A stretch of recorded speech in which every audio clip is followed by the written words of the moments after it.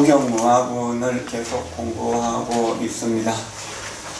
무화라고 하는 것에 대한 것을 이해하면 무인, 무중생, 무수자도 따라서 이해가 됩니다.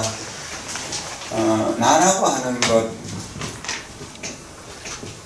늘 이제 이야기를 하는데, 이 나라고 하는 것이 실체가 있나? 무엇을 나라고 해야 되고, 어떻게 이해해야 되는가? 그럼 나라가 아니라고 하면은 또 어떻게 해야 되는가?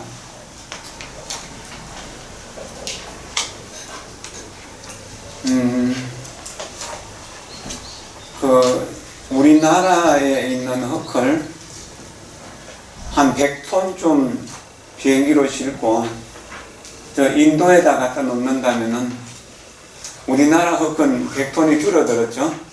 인도에는 100톤이 늘어났고요.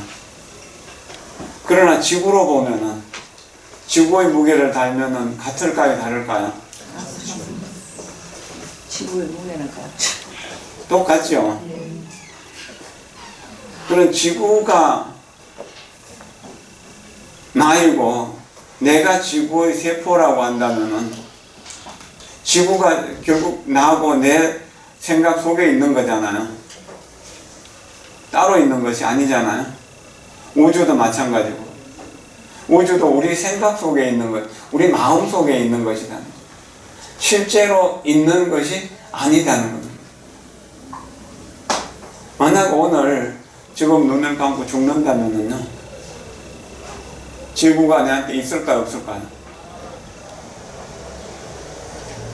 없는 거잖아요.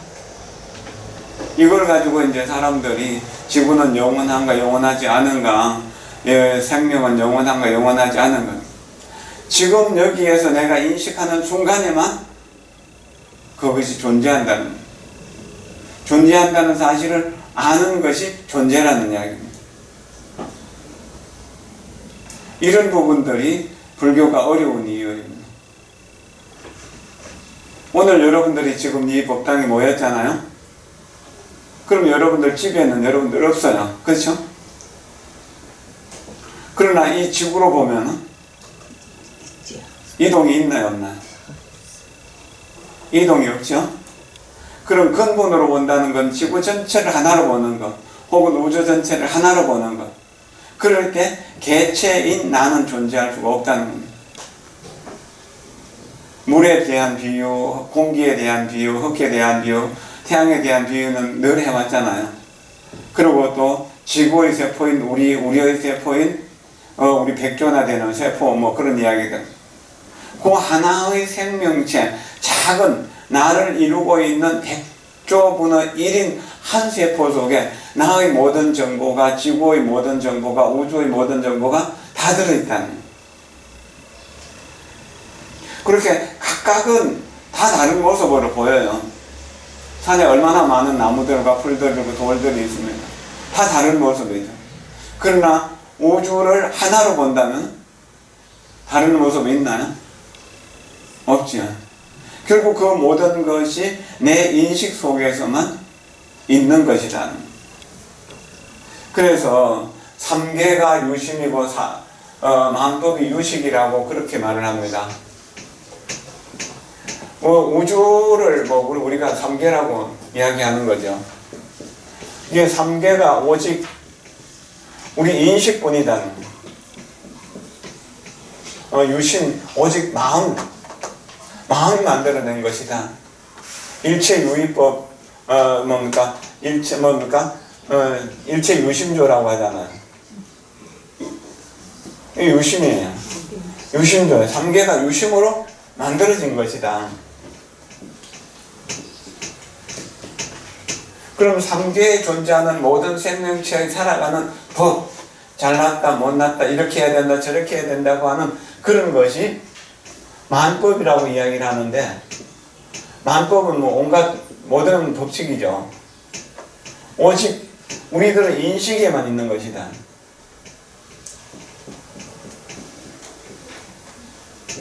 그 인식이 달라지면은 없는 것이다. 요 유심조라고 하는 거, 유심이라고 하는 것과 유식이라고 하는 것, 우리 인식, 알아차림 속에서만 있는 것.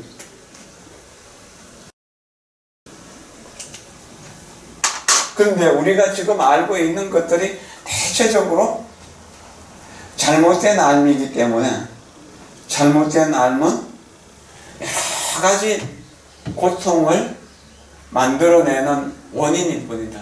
고통이다. 실체가 있는 것이 아니다라고 하는 겁니다. 그럼 요거를 알면은 내 것이 강도를 맞아가지고 없어졌다고 하더라도 지구 전체가 나이기 때문에 손해본 것이 있나요? 없죠? 그런 거예요.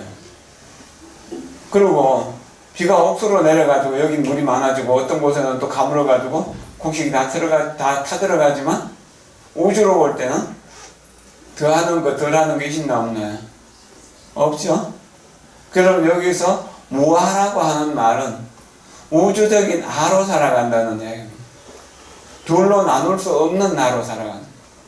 그럼 그것이 부처님의 삶이라고 하는 거예요.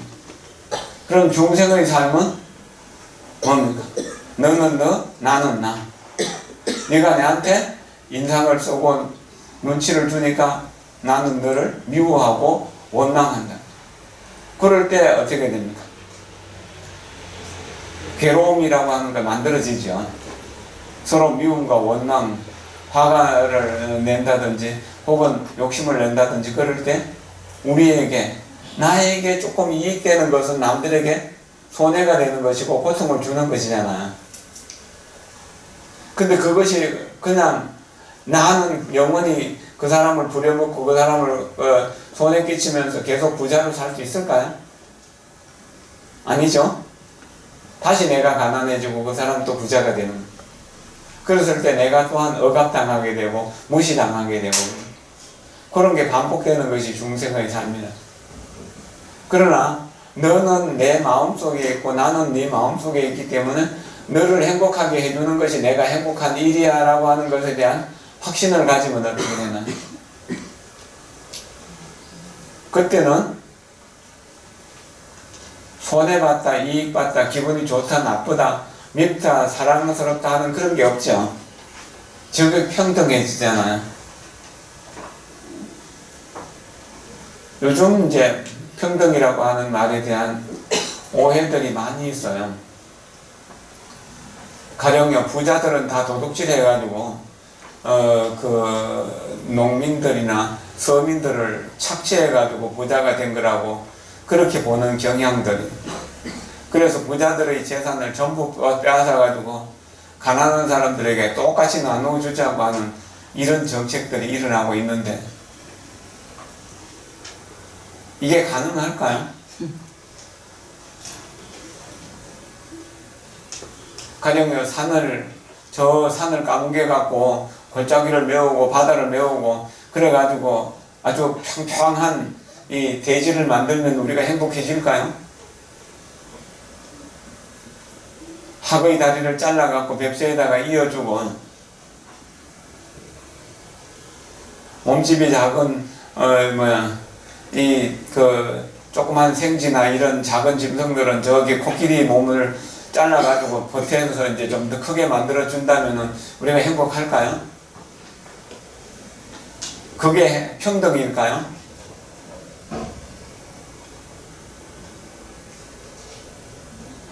그런다면은 코끼리는 코끼리대로 죽고 생쥐는 생쥐대로 죽을 거잖아요. 뱁새는 뱁새대로 죽고 황새는 황새대로 죽고요. 그렇죠? 있는 그대로를 평등이라고 봐야 된다는 거예요. 너는 너대로 나는 나대로 똑같이 평등하다는 거예요. 생긴 것이 다 다르잖아요. 똑같은 건 하나도 없잖아요. 그러나 그 근원은 다른 것이 아니냐. 바다에서 파도를 보면은 같은 파도가 하나도 없잖아요. 시간적으로 공간적으로 똑같다 하더라도 이게 공간적으로 시간적으로 다 다르잖아요. 밀려오고 밀려나가는 것이. 그런 것처럼 모든 생명이 하나의 파도라고 생각하면 그러면 물을 제대로 알면은, 바다를 제대로 알면은, 파도는 그저 바람이 불어서 잠깐 물이 흔들리는 것 뿐이지, 실제로 파도의 실체가 있는 것은 아니잖아요. 우리가 우주의 파도라고 이렇게 이해를 하면 되죠. 우주라고 하는 거대한 생명체가 하나인데, 그 생명체가 바다처럼 혹은 허공처럼 크다. 우리가 이해할 수 있는 제일 큰 것이 바다고 허공이고 우주고, 그것을 넘어가는 것이 없기 때문에 그렇게 비유할 수밖에 없죠. 거기에서 뭐죠? 전체가 나라고 하는 것을 우리가 이해하게 될 때, 우리는 손해본다, 이익된다든지, 또는 태어난다, 죽는다든지 그런 게 없는 겁니다. 조금 더 다른 입장에서 생각해 볼까요? 괴로움과 즐거움을 이야기해 봅시다. 여기는 어머니들이 많이 계시니까 출산의 고통을 겪어보셨잖아요. 그 출산의 고통이 얼마나 힘들고 아픕니까? 이 세상에서 제일 아픈 어떤 모습이라고 그렇게 볼 수도 있죠. 아픔의 크기가요. 근데 그 아픔을 주면서 태어난 아기가, 엄마를 아프게 하면서 태어난 아기가 엄마에게 미움의 대상입니까? 사랑의 대상입니까? 왜 고통을 주었는데 사랑하나요? 왜 고통을 주었는데 사랑하나요? 그건 나의 분신이라는 생각 때문에 그런 거죠. 나라고 하는, 나와 동질성을 가지고 있기 때문에 사랑한다는 거잖아요. 나와 한 몸이라는 사랑. 가령 성격이 조금 다른 총각과 처녀가 서로 싸우면서 이렇게 같이 이렇게 사귀다가 이렇게 어느 날 정이 들어서 마음이 통해서 사랑을 하게 되고 결혼을 하게 될 때문에, 그때 미워하던 감정들이 있나요? 없죠? 미움이 실체하는 걸까요? 사랑이 실체하는 걸까요? 우리 감정으로서 사랑하고 미워하는 그런 모든 것들은 실체하는 것이 아니죠. 그렇기 때문에 미움을 준다고 하더라도 그때는 저 사람은 나와 일심동체라고 생각하면서 살았던 것을 생각하면 그것을 용서하면서 평화롭게 미소 지을 수 있는 거잖아요. 분리된 뭔가 개체가 있다고 생각할 때 감정이 달라지는 거거든요. 나는 내 아들이 내 분신인 것처럼 아버지의, 어머니의 분신이라고 생각할 때 어머니와 나는 하나로 연결되어 있잖아요. 그렇기 때문에 어머니를 위하는 일이 나를 위하는 일, 아버지를 위하는 일이 나를 위하는 일인 것처럼, 아버지가 존재하기 위해서, 어머니가 존재하기 위해서, 내가 존재하기 위해서 모든 이 세상의 인연들이 있었어야 되는 거잖아요. 나라가 있었어야 되고, 대통령이 있었어야 되고, 공장이 있었어야 되고, 공장에서 일하는 사람이 있어야 되고, 모든 인연에 의해가지고 내가 만들어지고 살아간다. 그럴 때 그 모든 인연 하나하나를 볼 때는 하나가 하나의 바람처럼 또는 파도처럼 허상인 것처럼 보입니다. 그러나 하나의 실체를 보면은 그 실체는 허상이 아니다라고, 오늘 무실무어라고 하는 이야기가 나오는데 그렇게 들어가는 겁니다. 그럼 우리 현상을 전체적으로 보면 인연화합이기 때문에, 인연이라는 것이 진실상이 아니기 때문에 인연화합으로 나타난 것은 몽환포령. 그 몽환포령이지만 그 하나의 개체가 우주 전체를 이루고 있는 작은 세포들이, 그러니까 우주의 한 몸이라는. 그러면 그 세포가 나는 독립된 세포야 할 때는 우주와 나는 별개잖아요. 그러나 우주 속의 나야, 너도 그렇고 모두가 다 그렇다고 생각할 때 어쩔까요?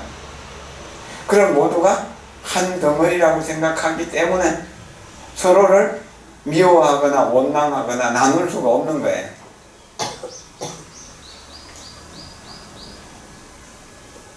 엄마가 시장에 가서 이렇게 시장을 봐갖고 반찬을 만들잖아요. 나무를 다듬고 칼질을 하고 그러다가 실수해가지고 칼로 왼손을 베었다. 이랬을 때 왼손은 피를 철철 흘리면서 오른손에게 너는 나를 베게 했다고 원망하나요? 원망하나요? 안 하죠. 그러면은 오른손은 뭡니까? 빨리 밴드를 갖다가 붙인다든지 치료를 하잖아요. 약을 씻고 약을 바르고 소독을 하고 약을 바르고 그러면은 왼손이 오른손에게 고맙다고 그러나요?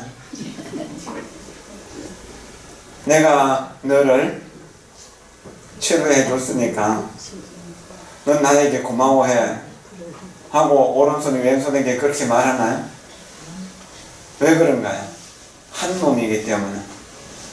오른손과 왼손이 그런 것처럼 나와 남도 그런 것인데 너무나 거대하기 때문에 또 우리는 나누고 쪼개는데 너무나 이렇게 분별하는데 오랫동안 그것이 익숙해져 있기 때문에 남을 남이라고 해요.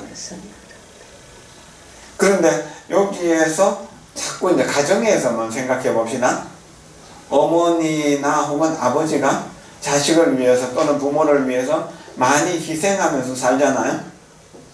그럼 바보처럼 그냥 희생만 당하면서 사는 것 같은데 세월이 많이 흐를 때 어떻게 됩니까? 희생한 사람이 대접을 받고 삽니까?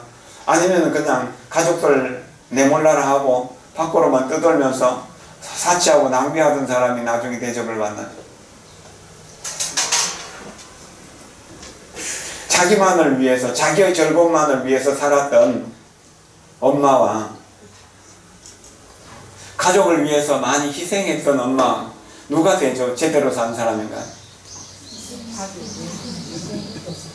왜 나는 나 혼자만 즐겁게 살면 되는데 가족들 위해서 희생해야 되나? 그리고 희생한 사람이 제대로 산 사람이 되나요? 그거는 동질감을 이해했기 때문이거든. 가족 전체가 하나인 것처럼. 그리고 가족에게 그렇게 봉사를 잘하고 희생을 잘하는 사람은 사회에 나가서도 남을 돕는 일을 잘하게 되죠.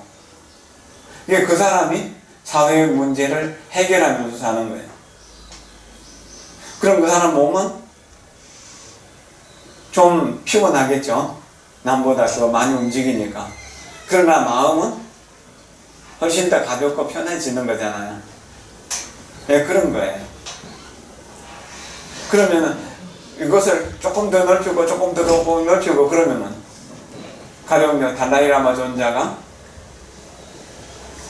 1959년도에 인도에 티베트에서 인도로 망명해서 망명 정부를 수립하고 이렇게 망명 정부를 끌고 있으면서 세계로 다니면서 불법을 전했잖아요. 이랬을 때 중국 군인들, 중국 정부는 달라이라마 존자의 원수였거든요. 그렇잖아요. 원수였잖아요. 그래서 달라이라마 존자는 자기 고국을 위해서 쫓겨난 거예요. 고국은 돌아갈 수 없어요. 그리고 자기 민족을 수십만 명을 학살했어요. 중국 군인들이. 왜 나라에서 쫓겨나게 되고 그렇게 되면서는 티베트는 굉장히 많은 핍박을 받았거든요. 그러나 달라이라마 존자는 세계에서 가장 귀한 노벨 평화상을 받기도 되고 세계 각국에 다니면서 대통령이나 수상들하고 만나고 종교의 지도자들하고 만나고 사회의 지도자들하고 만나고 수많은 사람들과 만나면서 더 많은 불법을 전하는 역할을 했잖아요. 그럼 달라이라마의 입장에서 중국 사람들은 나쁜 사람인가요? 좋은 사람인가요?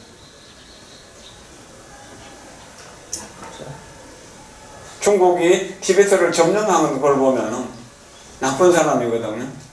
그러나 티베트를 지키기 위해서 달라이라마를 따라서 인도나 네팔이나 다른 나라를 이렇게 망명해서 더 끈기 있게 더 강하게 삶의 의지를 가지고 살면서 정법을 또 더 많은 사람들에게 전하고 평화와 행복을 더 많이 전했다라고 하는 입장에서 생각하면은 중국 사람들은 나쁜 사람인가요? 어쩌면 행위는 나쁜 행위일 수도 있지만 받아들인 달라이라마 입장에서는 당신들 덕분에 내가 세계의 스타가 될 수 있었다. 그러면 고마운 존재가 아닐까요? 그래서 자기를 쫓아냈던 목택송에게 돌아가셨을 때 조전을 보내고 그 조문사제를 보내고 그랬다는 거예요. 영원히 나쁜 것이 있고 영원히 좋은 것이 있나요? 물론 저렇게 강제로 나무 나라를 빼앗거나 나무 집을 빼앗거나 그러면 안 되는 거죠. 그러나 받아들이는 입장에서 그것을 실패 혹은 좌절, 패배를 성공으로 받아들이는, 성공의 에너지로 받아들인다면 훨씬 더 큰 어떤 힘을 얻을 수가 있다는 이야기입니다. 한 여인으로서만 산다면은 여인은 어떤 큰 역할을 할 수가 없을지도 모릅니다. 그러나 엄마가 되는 순간 아이를 돌보는 힘이 그 엄마에게 주어지는 거거든요. 그런데 어떤 역할이라고 하는 것은 어려움과 새로운 도전입니다. 그리고 그 도전을 통해서 얻어진 내 지식이라든지 내 사업의 성취에 대해서는 뭐죠? 굉장히 많은 애정을 가져요. 그걸 나라고 생각하기 때문에. 그걸 좀 생각하면은 내가 내 아들을 사랑하는 마음으로 친구 아들을 사랑하고 이웃집 딸들도 사랑하고 이렇게 이 세상에 있는 모든 청소년 어린이들을 다 사랑한다면 그러면은 그 한 아이의 엄마로서 만족하는 것이 아니라 이 세상 모든 엄마들의 사랑을 혼자 실현할 수 있는 거예요. 이것이 보살의 삶이라 안욕다라 삼약삼보리를 이룬 보살의 삶이라는 겁니다. 우리는 그렇게 할 수가 없더라도 할 수 있는 가능성은 있죠. 가령요 불교를 공부하면서 옛날에 이해할 수 없었던 사람들을 조금 이해할 수 있고 옛날에 내가 할 수 없었던 일들을 할 수 있는 그런 능력이 조금 생기잖아요. 옛날엔 꿈에도 뭐 남을 위해서 봉사한다는 거 생각도 못 했는데 여기서 호스피스 교육도 받고 공부도 하고 그러면서 다른 사람의 시아버지 시어머니를 내가 내 아버지 어머니를 목욕시켜드리듯이 목욕도 시켜드리고 밥도 먹여드리고 그런 일들을 하잖아요. 처음에는 가까이 가는 것 자체가 어려운 일이었는데 여기에 뭐죠? 내가 마음을 열고 그 어른들을 내 사람이라고 생각하기 때문에 내 사랑이 커졌기 때문에 그럽니다. 그리고 그런 동질감은 계속해서 넓혀질 수 있다는 겁니다. 그래서 봉사를 하던 사람이 더 많은 봉사를 하게 됩니다.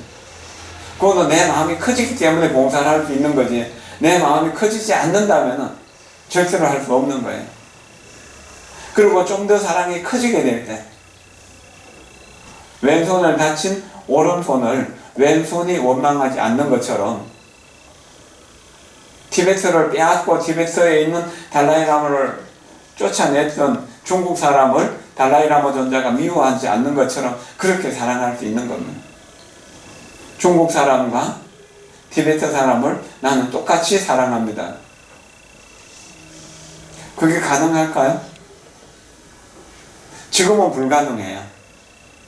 그러나 이 공부를 해서 반야에 대한 건강 반야 바람이를 이해하게 될 때요. 건강력을 이해하게 될 때 그것이 가능해지는 겁니다. 쉽지 않은 일이죠. 그러나 그게 가능해지는 거예요. 이해되나요? 이해 잘 안 되죠? 어렵습니다. 그러나 단순히 어려운 것만이 아니에요. 그러니까 세계 많은 사람들의 난민을 구제하는 사람이 돈을 많이 쓰니까 돈이 없어야 되잖아요. 근데 돈이 점점 더 많이 생겨요. 가령요, 대만의 자재공덕회를 끌고 있는 그 정은법사 같은 그 자재공덕회의 재단 있잖아요.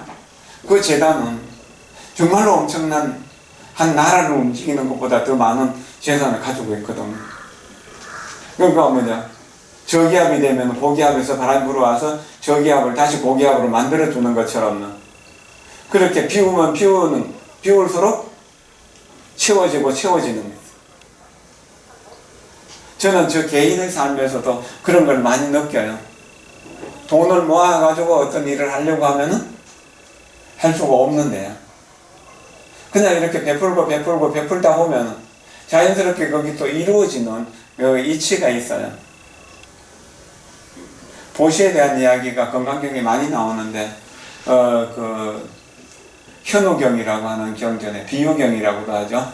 거기 나오는 이야기 있죠. 어떤 사람이 자기 아들 장가 보내기 위해서 날을 받아놓고 매일매일 우유를 짜서 모았습니다. 날씨가 더우니까 그냥 저장이 안 되잖아요. 그래서 치즈도 만들고 버터도 만들고 이렇게 요구르트도 만들고 그러면서 우유를 저장해서 그러다가 어느 날 생각했어요. 그러지 말고 우리 아들 장가 가는 날은 한 달 남았으니까 한 달 동안 젖을 짜지 말고 그만두자. 그래가지고 손님들이 오면 생우유를 바로 짜갖고 주면 더 좋은 거 아니겠는가. 그러면서 한 달 동안 젖을 안 짜고 그 젖소를 그냥 묶어놓고 먹을 것만 줬어요. 젖을 안 짜고. 그래 젖이 퉁퉁 불어가지고 이제 막 병이 날 지경이고 그래도 젖을 안 짠 겁니다. 매일 짜야 되는데. 그래 나중에 날라붙어 버려요. 한 달쯤 안 짜니까요. 그래서 손님들 많이 초청해갖고 잔치를 하고 이제 연애를 하면서 소를 몰고 와갖고 젖을 잘라내니까 한 방울도 안 나왔다. 물론 이제 이 이야기는 돈을 많이 벌고 난 뒤에 좋은 일을 하겠다, 보시를 하겠다, 또는 내가 건강해진 뒤에 보시하겠다고 하는 그런 이야기를 비유로 이야기한 겁니다. 자제해서 보시를 권하는 이야기는 그렇습니다. 불교에서 보시를 권하는 이야기도 그렇습니다. 요즘 우리 돈이면 500원 내지 1000원이 없다고 하루를 살 수 없는 건 아니잖아요. 그러니까 매일 기도하면서 500원을 모으든 1000원을 모으든 100원을 모으든 이게 살림살이에 축이 나지 않을 만큼의 돈을 자기 형편대로 모으라. 대신에 그 모을 때마다 기도를 해라. 그러면은 오전을 이제 50년 전에 오전씩 모으는 일들을 했었는데요. 오전을 하면은 이틀 하면 1원이 되니까 한 달 하면 15원이 되는 거예요. 그 15원을 먼저 이제 모을 때마다 기도를 하고 자비심을 일으키라고. 그래서 그렇게 모아가지고 일을 하려고 해도 돈이 잘 안 모였지만 어쨌든 그렇게 시작을 했고 지금도 그건 그대로 진행이 되고 있어요. 지금은 오전은 꼭 정해진 건 아닌 것 같은데 자기 형편대로 살림살이에 축이 나지 않을 만큼 모으는데 매일매일 기도하는, 매일 자비심을 오전을 모으든 1원을 모으든 모으는다는 그 사실이 자비심을 일으킨다는 사람. 매일매일 자비심을 생각해서 한 달 동안 매일 한 번씩 자비심을 생각한다면 그 사람의 자비는 한 달이 지나면 커질 것이고 2달이 지나면 더 커지고 1년이 지나면 훨씬 더 많이 커질 것이다. 이렇게 보시를 하라고. 천문학적인 돈을 가져와가지고 큰 병원 하나를 짓고 운영할 만큼 돈을 가져와가지고 이 돈을 받으십시오 했는데 정은 목사는 그것을 거절했잖아요. 나는 수많은 사람들의 마음속에 자비심을 키우는 것을 목표로 하는 것이지 돈을 모으는 것을 목표로 하는 것이 아니다. 이게 그런 기사가 이제 세상에 나가게 되고 스님들 철저하게 자기 노력을 통해 갖고 돈을 벌어서 스님들 생활은 그렇게만 노력하고 스님들을 노력을 통해서 생활하고 신도들의 시주금 전체를 다 복지를 위해서 쓰고 지금도 그렇게 하고 있거든. 이게 그렇게 하니까 거기에 믿음이 생겨서 이 세상의 인심이 그쪽으로 모여 세계 3천만 명 이상의 사람들이 자제를 위해서 봉사를 하기도 하고 또는 그렇게 헌금을 하기도 하고 그러거든요.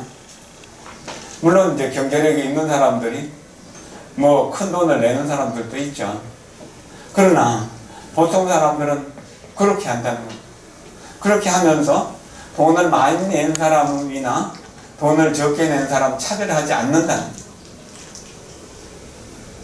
평등하게 대하는, 인격으로 평등하게. 역할은 조금 다르겠죠. 역할은 다르지만 인격은 평등하다는 것을 실천해 보이는 겁니다. 그래 하니까 세계에서 제일 큰 이게 복지단체를 움직여 가는 겁니다. 자선단체를. 그리고 지금 미국의 유수한 대학에서 자제라고 하는 공익재단이 무엇을 하는가에 대해 갖고 연구를 하는 곳이 여러 군데가 있다고 그래요. 하버드에도 그런 자제학을 공부하는 학과가 있다고. 그리고 자제를 연구해 가지고 석사학위, 박사학위를 갖는 사람들 무수히 나온다고 그러고. 그렇게 생각을 모아간다. 이것은 뭐 경제력을 중심으로 하는 것이 아니고 믿음을 중심으로 하고 사랑을 중심으로 한다. 자주 말씀드리지만 우리나라가 세계에서 10대 강국입니다. 경제적으로도 그렇고 군사적으로도 그렇고 외교적으로도 그렇고 스포츠로도 문화로도 예술로도 그렇게 뛰어난 민족들입니다. 지금 우리 국민들의 힘이 그래요. 그랬는데 이 첨단 문명 속에서 자유와 권익을 충분히 누리는 우리들이 옛날에 억압받으면서 살던 가난하게 살던 그때보다 더 행복하지 못한 사람들이 많이 있다는 겁니다. 전에도 이야기를 했지만 1년에 서로 고발하는 건수가 우리나라 인구가 한 5,100만 좀 되는데 800만 건 정도의 고발이 접수된다고 그래요. 그럼 상대편이 1명 내지 2명 있을 거잖아요. 그런다면 얼마입니까? 한 1,600만 명, 한 2천만 명 정도가 거기에 고발에 연루될 수 있다는 이야기잖아요. 해마다요. 왜 그럴까요? 행복해서 남을 고발할까요? 그건 아닐 거잖아요. 그리고 가족 간에, 형제 간이나 부모 자식 간이나 부부 간에 고소 고발을 하는 사건도 우리가 상상할 수 없을 만큼 많다는 겁니다. 그리고 자살하는 사람 숫자, 이혼하는 숫자, 이런 것들이 세계의 톱을 계속 달리고 있다는 겁니다. 이건 뭔가요? 우리가 행복하다는 이야기인가요? 돈 많이 있어요. 자유도 많이 누리고 있어요. 문화나 교육의 혜택도 많이 누리고 있어요. 그런데 왜 그렇게 불행한가요? 불행한 사람은 많은가요? 우울증이 또 많기로 또 이거 뭐 감당하기 어려운 정도죠. 이게 뭐냐? 돈이 우리에게 자신감을 심어줄 줄 알았는데, 학력이 우리에게 자신감을 심어줄 줄 알았는데, 다 그 자신감을 심어주는 일을 별로 해주지 못한다는 이야기죠. 우리나라에 이제 옛날에는 몸이 아파갖고 병원에 가는 경우들이 많이 있었는데요.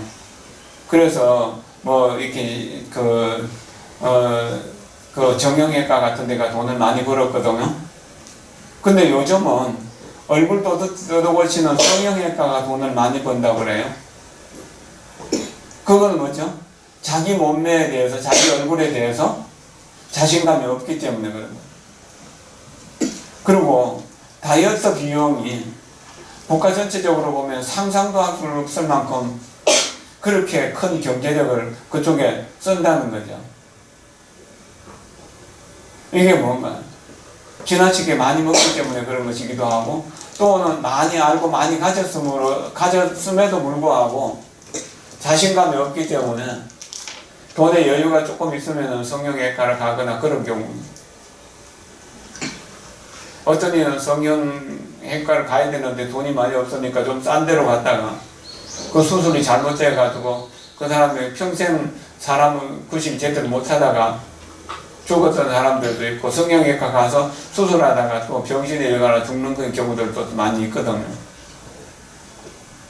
왜 그런가? 이게 겉으로 드러난 모습은 타도일 뿐인데, 몽환 포령일 뿐인데, 일체유의법 영웅 한포령이라고 했잖아요. 그런데 그 몽환 포령인데 거기에다가 실체를 삼고 있기 때문에, 우리 이 껍데기에 너무 비중을 많이 두고 있기 때문에 마음에 어떤 중심이 없기 때문에 자신감이 없어지는 거예요. 그리고 너와 나는 항상 다른 존재라고 분별하는 데 익숙해져 있기 때문에. 그러나 반야지혜의 입장에서 볼 때는, 태양이 세상을 볼 때 어떻게 차별 있게 보나요? 똑같이 고르게 햇빛과 따뜻한 기운을, 밝음과 따뜻한 기운을 똑같이 나눠주잖아요. 그런 거예요. 땅이 약초든 독초든지 곡식이든 과일이든 잡초든 똑같이 키워주지, 잡초는 안 키우고 독초는 안 키우나요? 그런 거 아니잖아요. 우리 마음이 땅과 똑같기 때문에, 그 나에게 인연 맺어오는 사람들은, 좋은 사람이든 나쁜 사람이든 나는 다 좋게 대하겠다는 그런 마음으로 살면, 나쁘다고 하는 사람들도 어느 때인가 좋은 사람으로 변하게 된다는, 변할 수 있는 거예요. 그런데 우리는 평등을, 내 스스로 평등을 깨뜨리기 때문에 세상이 전체가 불평등하게 보이는 겁니다. 똑같은 이 세계를 부처님을 볼 때는, 부처님이 볼 때는 이건 불국소예요. 지극히 평등하고 지극히 아름답고 지극히 향기로운 보배스러운 세상이에요. 이 세상을 다이아몬드로 만들어진 세상이라고 부처님은 그렇게 보셨어요. 깨달음의 눈으로 볼 때. 우리가 건강경을 통해서 반야지혜를 얻는다면 이 세상은 이대로 그냥 시국창도 있고 거기서 벌레들이 막 기어 나오고 온갖 것이 썩고 하는 그 모두 그대로가 다이아몬드로 만들어진 세상이랍니다. 우리는 그것을 좀 이해하기 어렵지만, 아까 처음 말씀드린 대로 나를 가장 힘들게 했던 아들이나 딸을 우리가 미워할 수 없는 거잖아요. 사랑이라고 하는 것이 그 고통 속에서 나온 거잖아요. 그런 것처럼 내가 그냥 누구에게 돈을 10만원 이렇게 얻어서 오늘 재소 믿는 날이다 하고 그 돈은 나도 그냥 대충 써버릴 겁니다. 그러나 내가 땀을 뻘뻘 흘리고 하루 종일 노가다를 해갖고 일당으로 10만원을 받았다면 어쩔까요? 아마 물 한 병 사먹는 것도 아까워서 못 사먹을지 모릅니다. 이것은 내 고생의 크기와 행복의 크기, 만족의 크기가 똑같다는 이야기죠.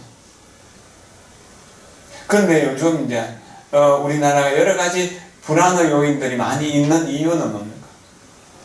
젊은 사람들에게 고생을 안 가르쳤기 때문에. 그래서 이제 어른들이 힘든 건 우리가 다 할게, 너희들은 공부만 해 하면서 키웠던 그 아이들이 과연 아버지나 어머니 힘들게 그래 살았던 걸 이해할 수 있을까요? 이해할 수 없기 때문에 아버지를 외면하고 어머니를 외면하는 그런 사람들이 많이 생긴다는 거예요.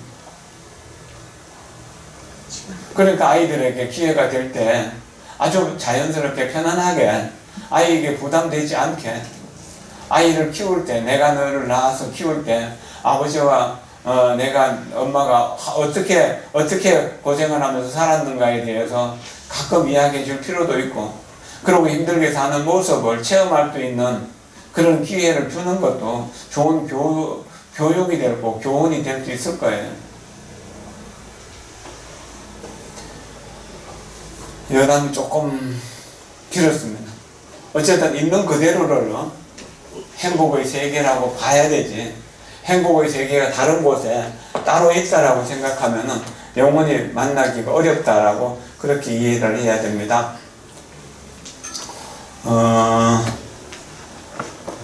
책으로 가봅시다. 45쪽 뒤에서 두 번째 글이죠.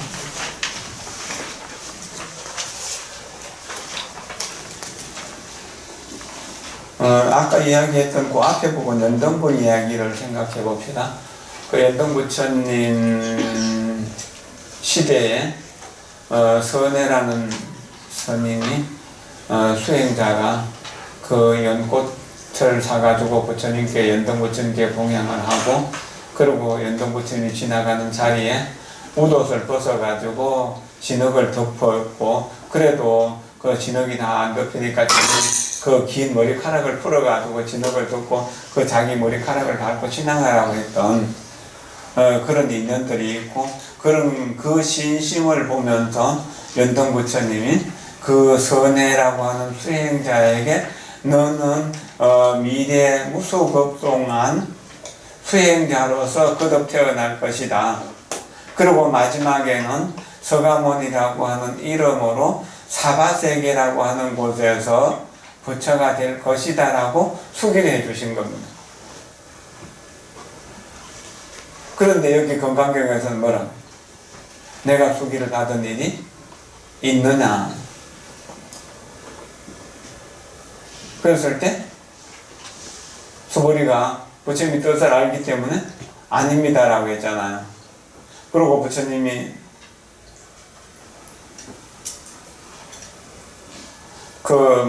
실제로 그 수기를 준다는 자체가 뭐죠? 연등부처님과 서가모니 부처님이 다른 존재라고 생각할 때 준 연등부처님이 있고 받은 선혜 스님이 있잖아요.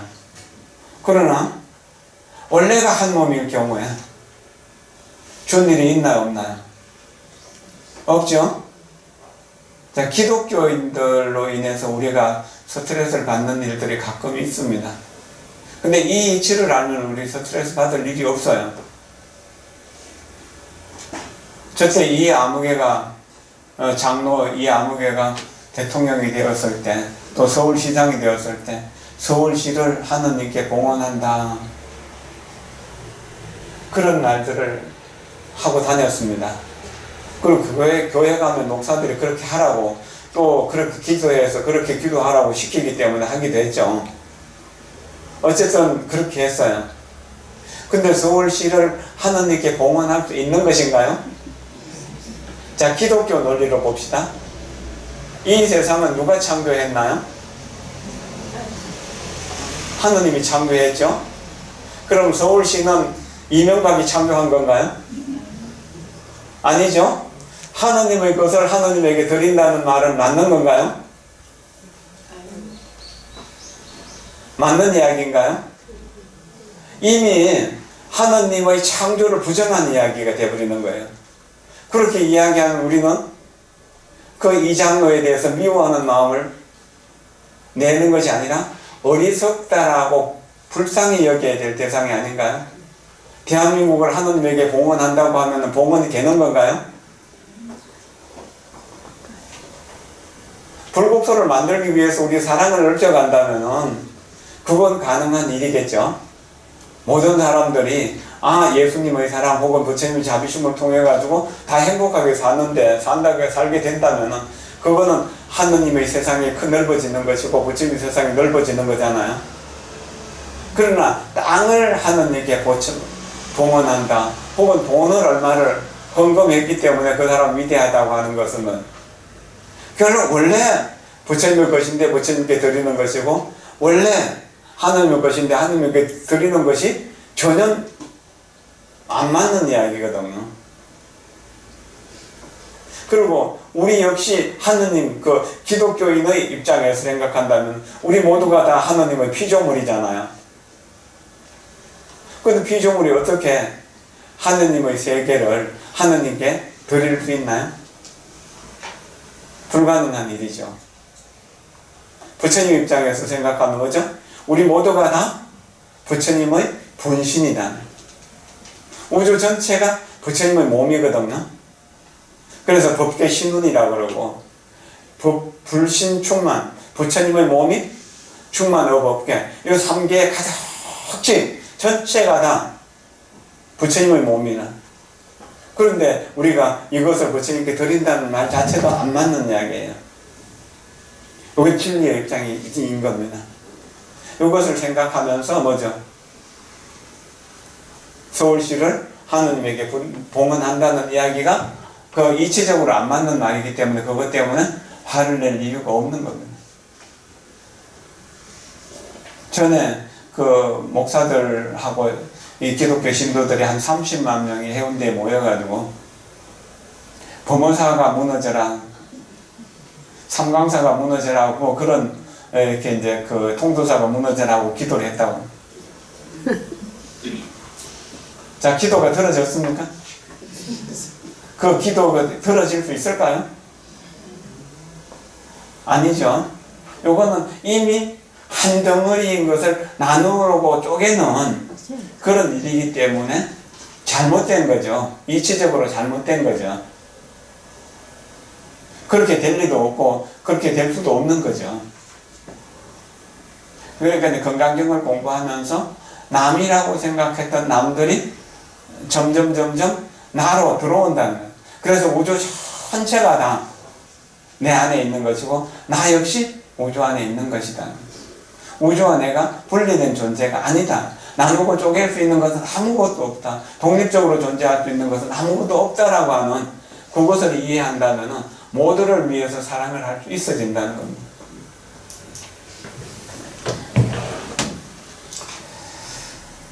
본문으로 가서요. 만약 어떤 사람이 양유인할 때 이는 어떤 사람이라고 그렇게 보면 됩니다. 어떤 사람이 말하기를 열애가 안옥따라 삼약삼보리를 얻었다라고 한다면 수보리야, 실제로 얻은 것이 아니다. 실제로 얻을 만한 법이 있는 것이 아니기 때문에 부처님이 안옥따라 삼약삼보리를 얻은 것이다.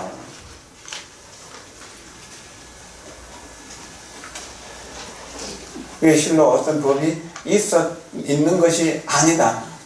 전체가 하나의 부처님의 몸이고 부처님의 깨달음의 안옥따라 삼약삼보리 법인데 눈을 감고 있다가 그래서 깨달음과 나는 전혀 상관없는 것이라고 생각하고 있고 부처님과 나는 상관없는 것이라고 생각하고 있다가 그것이 원래 한 덩어리인 줄 알았다.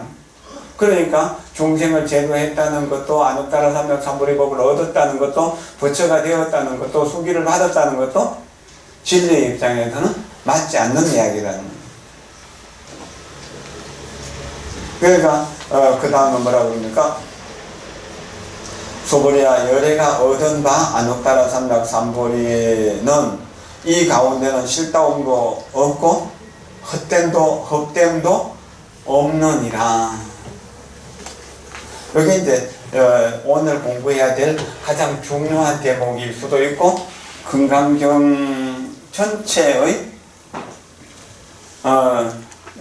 그 내용을 이해하는데도 도움이 될 말일 겁니다. 이 세상은 모두 다가 연기법으로 이루어졌죠. 연기는 뭐죠?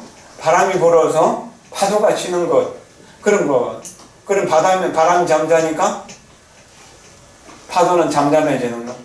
바람이라고 하는 인연으로 해서 파도가 생겨났는데 바람이라고 하는 인연이 없어지게 되니까 파도 역시 없어지는 거예요. 그러니까 그것은 실체가 아니죠.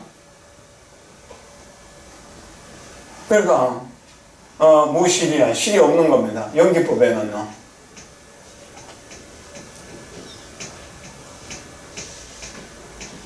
실이 없는, 진실이 없는 겁니다. 실체가 없는 거예요. 연기법으로. 그러나 하나하나 모든 파도가 전부 물이고 이 삼라만상 두두물물 전체가 하나하나가 다 똑같은 부처님의 생명이거든요. 이것을 이제 공의 입장, 진공의 입장이라고 하죠.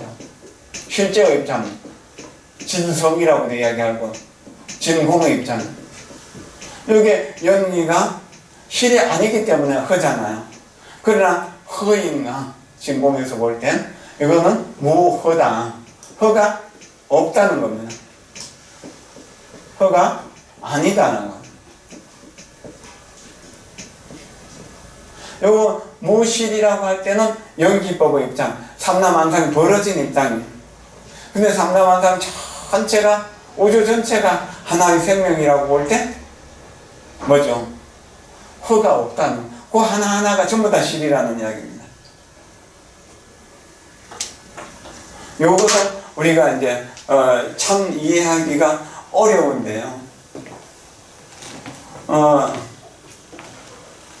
우리가 지난 삶을 한번 생각해 보세요. 지나온 삶을요. 50년 살았던, 60년 살았던, 70년 살았던 그 삶이 실체가 있나요? 없죠? 그럼 다 헛된 건가요? 아닌 거죠. 네. 그런 거 그렇게 이해하시면 돼요. 내가 알고 있는 모든 것들이 진실한 것인가요? 그때는 분명히 진실이었어요. 그러나 실체가 없는 것이죠. 그래서 무실무허, 이것을 이제 잘 이해해야 돼요. 연기법으로 보면은 이 삼라만상 드러난 부분이 전부 다 실체가 없는 것인데 실체가 없다고 해야 되는가? 무시해야 되는가? 아니다. 실체가 없지만 분명 아버지는 아버지, 어머니는 어머니, 아들은 아들, 딸은 딸, 대통령은 대통령이고 뭐 장관은 장관이고 국회의원 국회의원, 삼라만상 그대로, 풀은 풀대로, 나무는 나무대로 온전히 그대로 존재하는 그대로가 실이라고 하는 겁니다. 그래서 실이면서 허이고 허이면서 실이라고 합니다. 허면 허고 실이면 실이지 어떻게 허이면서 실이고 실이면서 허라고 하느냐라고 하는 그런 것을 갖고 따지면은 우리가 이걸 설명할 수가 없어요. 자, 햇빛이 비치고 나무가 서 있다. 그러면은 해가 서쪽으로 지니까 나무 그림자는 동쪽으로 이렇게 그늘이 지잖아요. 그 그늘은 실인가요? 허인가요? 그늘은, 나무 그늘은 허입니까? 실입니까?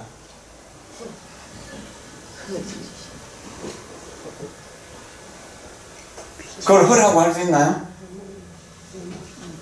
인연화학으로 보면은 햇빛과 나무가 이렇게 햇빛이 나무 그림자, 나무를 비추니까 그림자가 생기잖아요. 반대편에. 그거 보면은 그거는 연기법이니까 허잖아요. 그러나 그건 뭐죠? 그 자체가 전체 법계 전체의 하나의 모양이라. 빛과 그림자. 빛이 있기 때문에 그림자가 있는 거잖아요.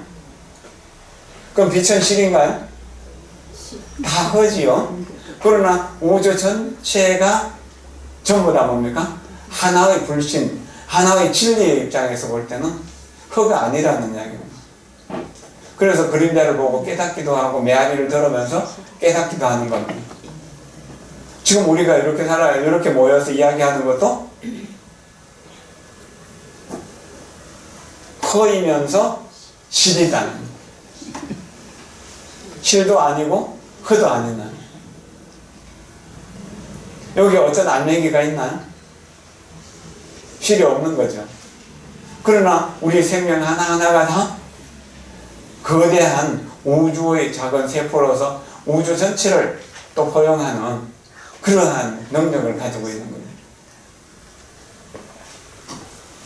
일미진중 함시방이죠. 그 시방세계를 머금는 이런 실이라면 시방세계로 벌어진 것은 허지요. 그러니까 허가 하나하나가 다 실이라는 거예요. 황금을 천조각 만조각 내갖고 온갖 장응물을 만들더라도 금이라고 하는 입장에서는 다른 건가요? 똑같은 거죠.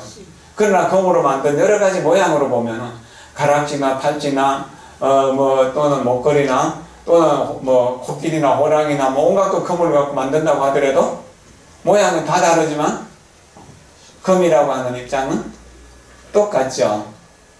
그런 겁니다. 삼남한상이 전부 다 다른 모습으로 비치잖아요. 그러나 그 실체는 전체가 다 불성의 움직임이다. 부처의 움직임이다. 깨달음의 눈으로 볼 때 우리는 허라고 생각하는 허는 허인 뿐이라고 생각한 것이 허이면서 실이고 실이면서 허이다. 그래서 실이 아니기 때문에 집착할 것이 없는 것이고 허가 아니기 때문에 그냥 방관할 수가 없는 겁니다. 그래서 모든 중생을 부처님처럼 섬긴다라고 하는 것은 중생을 분명히 중생이라고 생각하면 무시해도 될지도 모르지만 중생이 그대로 부처이기 때문에 그것을 우리가 잘 안다면 허라고 생각할 때 집착이 없어지게 되고요. 무시라고 할 때 집착이 없어지게 되고 무허라고 할 때 버리는 것이 없게 되고 모두를 다 부처님처럼 섬길 수 있는 그런 게 되는 겁니다.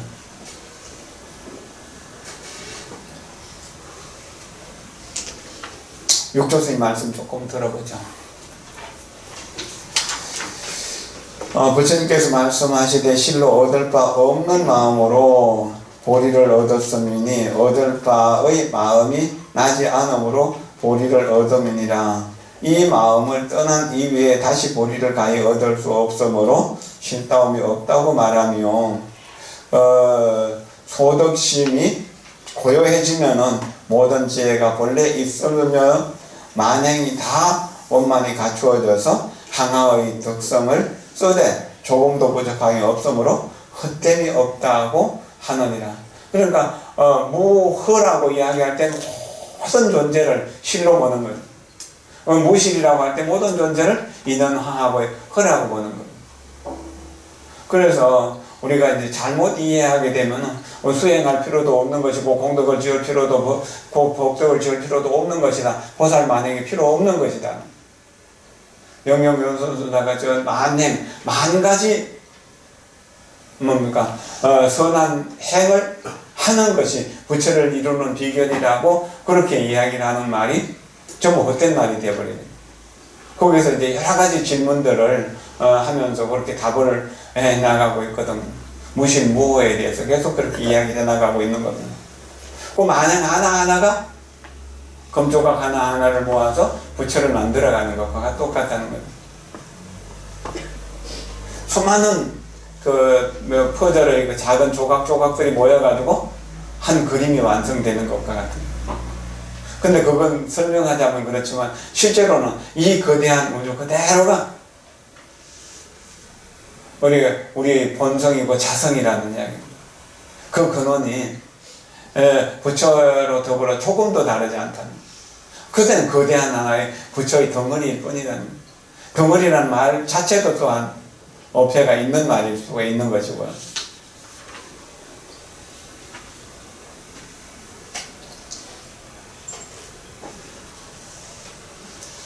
그래서 이제 그 다음에 이러한 까닭으로 열애가 설하되 일체법이 다 이 불법이라 하노라. 일체법이 다 불법입니다. 일체법이 다 불법이라고 하는. 경전에는 이게 이제 여기서 이야기하기 어려운 여러 가지 문제들 있고 문제를 일으키는 모든 사람들이 그대로 부처라고 보는 거예요. 불법이라. 그건 불법이라고 하는 게 실제로 있나요? 있다면 여기서 개의 불법이라고 이야기할 수 없는 것이죠. 수보리야 수온 일체법자, 일체법이라고 말하는 것은 곧 일체법이 아닐세, 이러함으로 그 이름이 일체법입니다. 실체가 없기 때문에, 다만 이름일 뿐이기 때문에.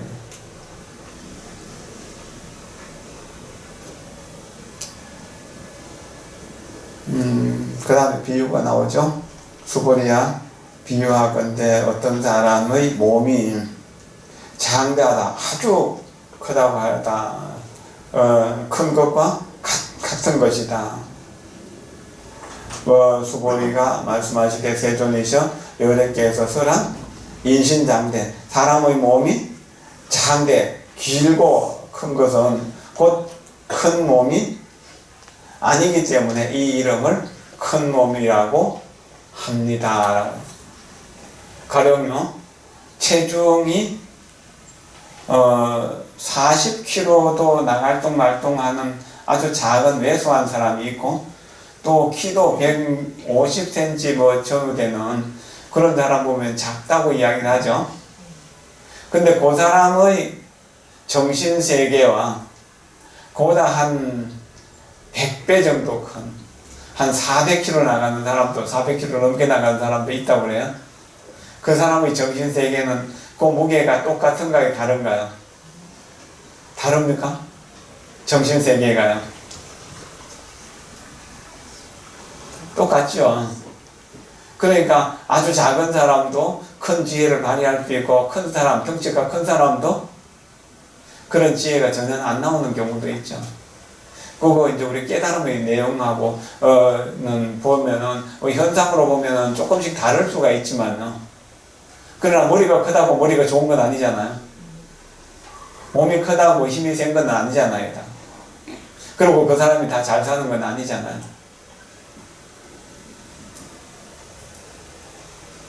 그게 크고 작은 것은 그저 비교일 뿐이지, 우리의 성품은 비교를 떠난 절대성이 있기 때문에 큰 것이 큰 것이 아니다. 그럼 여기서 다시 이야기하면 작은 것도 역시 작은 것이 아니다. 그 이름이 작은 것일 뿐이다. 그렇게 이해를 해야 되는 것이죠.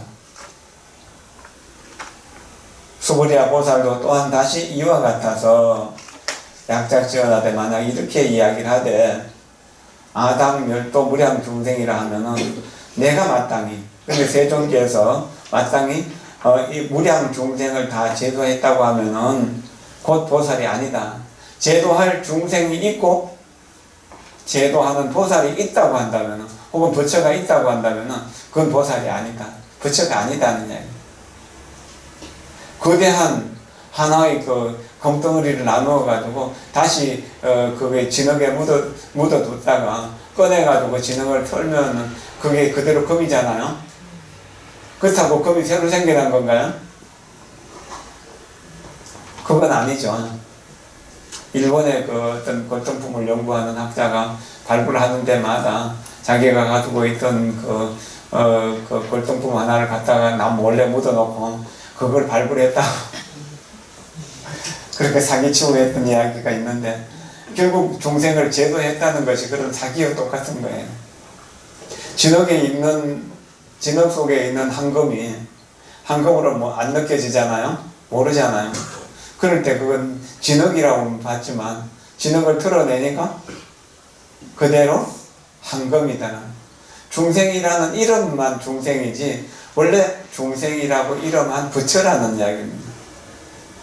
그래서 중생은 깨닫지 못한 부처라고 말하고, 부처는 깨달은 중생이라고 이야기합니다. 그럼 중생과 부처는 같은가 다른가요? 같지요. 같다는 입장에서 우리는 도전해야 되는 겁니다. 다르다고 한다면은 우리는 진흙 덩어리를 아무리 갈아도 거울이 되지 않는 거잖아요. 그런 것처럼 불가능한 거예요. 뭐가 부처가 된다는 사실은 불가능한 거예요. 그러나 우리는 부처의 씨앗을 갖추고 있고 진흙에 덮여 있어서 부처가 드러나지 못했지만 진흙은 언젠가 없어지는 거, 원래 없는 것이기 때문에 이제 그대로 부처라고 하는 이야기입니다. 이런 이야기를 뭐 이제 조금 이해하기가 어렵지만 그런 거죠. 그래서 실제로 어떤 법이 있어서 이름이 보살인 것이 아니다. 왜 그런 것을 보냐? 실무유법을 명의 보살이란다. 실제로 어떤 법도 없는 것을 보살이라고 한다. 그래서 반야심경에서는 이 무소득권, 얻을 것이 없는 것을 써는 연고론라고 하는 말이 나오잖아요. 그 무소득이라고 하는 것은 이미 능소, 제도하는 부처와 제도를 받는 중생이 없기 때문에. 그런데 뭐 아상이 원래가 없는데 전체가 거대한 하나의 그 부처님의 세계인데 거기서 중생이라고 나누고 또 뭐라고 나누는 것이 그 자체가 안 맞는 것이죠. 그래서 그 보살도 그저 이름이 보살일 뿐이기 때문에 그 실제로 법이 없기 때문에 이름을 그냥 보살이라고 할 뿐인 거죠. 이러한 까닭으로 볼수는 일체법, 부처님께서란 일체법은 법이 무아, 무인, 무중생, 무소자라 하느니라. 그 일체법 전체가 어떤 개체가 있는 것이 아니다. 나다, 너다, 또는 자아의식이나 상대 비교의식이나 또는 열등의식이나 한계의식 이런 것들을 떠나 있는 것이다. 그런 거 아니다는 거죠. 그래서 수고리야 만약보살이 이렇게 말씀하시되 내가 마땅히 불토를 부처님의 국토를 장엄한다라고 한다면은 이것은 보살이 아니다. 왜 장엄할 불토가 있고 또 장엄하는 보살이 있기 때문에 이거는 너와 나를 나누는 것이 되잖아요. 철저하게 너와 나를 나누는 것이 나눌 것이 없다는 사실을 깨닫는 겁니다. 반야는 바로 그것을 이야기하는 겁니다. 근데 이런 그 말씀이 조금 이해가 되나요? 우리는 나누고 쪼개는데 익숙해져 있어가지고 이해가 잘 안 됩니다. 안 되는 것이 맞는 이야기예요. 그러니까 뭐죠? 열애설, 왜 그런고 하면은 하이고, 열애설 장엄 불토자, 열애께서 설하되 불토를 장엄한다는 것은 곧 장엄이 아님일세, 이 이름이 장엄일 뿐입니다. 능소상이 있을 때 장엄할 부처가 있고 장엄할 국토가 있을 때 장엄된 국토가 있을 때 이미 둘로 나누어진 거잖아요. 그 나누어진 것이 틀렸다는 이야기죠. 그러나 이제 그 영기법으로 볼 때 이제 그렇게 무실의 법으로 볼 때, 실이 아닌 법에서 볼 때 뭐죠? 그 이름이 보살이다 혹은 장엄불토다 그렇게 이야기하는 겁니다. 수보리야 만약보살이 통달 무아법자인데는 무아법을 통달했을진데는 열애가 설명 진시보살이다. 무아법을 통달했을 때 참으로 이 보살이라고 말할 수 있는 것이다. 여러분들이 전부 부처님 마음속에 있고 부처님이 여러분들 마음속에 있어서 부처와 중생을 나눌 수 없는 너와 나를 나눌 수 없는 그때를 참보살이라고 이름한다.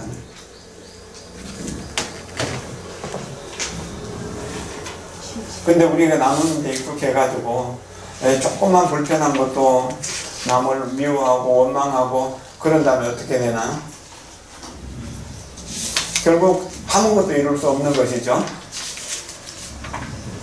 끝없이 자꾸 나를 미워하는 사람도 내 마음속에 있으니까 나의 다른 모습 또는 부처의 다른 모습이다. 달라이라마가 중국에서 쫓겨났음으로써 세계 사람들을 다 제도할 수 있잖아요. 그런 것처럼 나를 괴롭힌 사람을 통해서 틱나탄 스님이 베트남에서 쫓겨남으로 해서 베트남의 고성이 아니라 세계의 고성이 될 수 있었던 겁니다. 어려움이 아니라 어려움을 뚫고 나갔기 때문에 더 큰 나를 이룰 수 있었다는 거죠. 모빌 스님의 이제 이야기를 조금만 들어봅시다. 온 법계에는 참다운 반야성품이 바로 본래로 충만해 있다. 여여하고 밝고 깨끗하여 어디에도 날아갈 것은 없다. 이 17분의 문답은 앞의 제2분과 3분의 문답과 말은 같으나 뜻은 다르다. 이를테면 거칠은 질문과 미세한 질문의 차이이며 초심자로서의 질문과 익숙한 사람의 질문이라 할 수 있다. 거칠은 번뇌를 끊는 일과 미세한 번뇌를 끊는 일이므로 질문은 같아도 뜻은 전혀 다르다. 부처님의 대답 또한 마찬가지다. 바다엔 오직 짠물뿐이듯이 반야의 세계에서는 오직 반야만 있을 뿐이다. 반야는 무엇인가? 무상이요 무하다. 반야의 세계에서는 어떠한 경우라도 무상이고 무상뿐이라서 구경해도 무하라고 하지 않는가? 끝까지 철저하게 밝고 깨끗하여 어디에도 나는 없는 것이다. 반야는 초심자든 익숙한 사람이든 무상무하로서 종을 삼는다. 법이든 성인이든 무상무하로서 종을 삼아야 일체법이 모두 불법이 된다. 온 법계 진진찰찰이 불성을 갖추었고 반야를 갖추었으니 나에게 매달리고 상에 매달려서야 어찌 일체법이 다 불법이 되겠는가? 그건 이제 부처님 입장에서는 일체 모든 분별법이 불법이고 중생의 입장에서는 일체 모든 평등법이 차별법이 되는 거예요. 왜 차별법과 무차별 평등법이 따로 있는 것이 아니라 깨달음의 안목에 따라서 조금 다르게 나타날 뿐이라고 하는 겁니다. 그것을 이제 이해하게 되면은 나누고 쪼개는 일을 조금 덜 하게 되는 겁니다. 그럼 나누고 쪼개는 것은 자기 수행의 분상에서 보는 것이거든요. 그래서 다음 시간에는 오안, 이 고깃덩어리 육신의 눈으로 보는 중생세계, 그 다음에 이제 그 천상세계의 눈으로 보는 천안, 지혜의 눈으로 보는 해안, 진리의 눈으로 보는 법안, 또 부처님의 눈으로 보는 불안, 그 오안에 대해서 공부를 할 거거든요. 그럼 그 오안이 다른 것인가? 다르다고 한다면 이 건강경을 제대로 이해 못한 것이다. 같은 것인가? 같다고 해도 또한 건강경의 이치를 이해하지 못한 것이다. 실이라고도 할 수 없고 허라고도 할 수 없다. 무시무어라 했잖아요. 이게 같다고도 다르다고도 실이라고도 허라고도 말할 수 없는 것을 제대로 알면은 실이고 다 실이라고 해도 맞고 다 허라고 해도 맞는 거예요. 다 같다고 해도 맞고 다 틀리다고 해도 맞는 거예요. 그래서 중생을 교화하기 위해서 전체가 없다라고도 이야기하고 전체가 있다고도 이야기하고 뭐 여러 가지 방법으로 이야기하는 겁니다. 어쨌든 건강경을 꾸준히 공부하면서 나라고 하는 실체가 무언가에 대해서 계속 꾸준히 연구를 해보세요. 내가 부처님의 세포라는 사실 또는 부처님이 나의 세포라는 사실을 우리가 어떻게 이해할 것인가. 그게 부처님이 나이고 내가 부처님이라는 사실, 부처님의 진리가 내 진리고 내 진리와 부처님의 진리라고 하는 사실을 분명하게 알게 되면 이 건강경의 이치를 다 아는 것이 될 것입니다. 질문 있습니까?